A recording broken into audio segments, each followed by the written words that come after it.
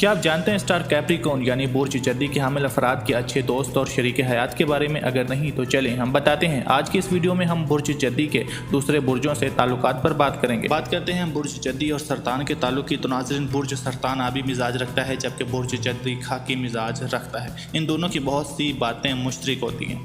बुर्ज सरतान और बुर्ज जद्दी के हामिल मर्द और औरत अगर रिश्ता अज़दवाज में मुंसलिक हो जाएँ तो इनको अच्छी अज़दवाजी ज़िंदगी गुजारने के लिए काफ़ी मसाइल का सामना करना पड़ सकता है। बुर्ज सरतान से मुतल्लिक फ़रीक हर वक्त लड़ाई का बहाना ढूंढता है।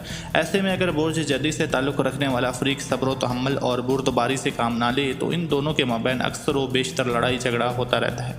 अगरचे ये दोनों के आपस के जहन में मुताबिकत नहीं रखते, लेकिन इसके बावजूद एक दूसरे के साथ ताउन करके अच्छी ज़िंदगी बसर कर सकते हैं। इन दोनों को अपने दुश्मनों से दूर रहना चाहिए, इसी में इनकी बेहतरी है।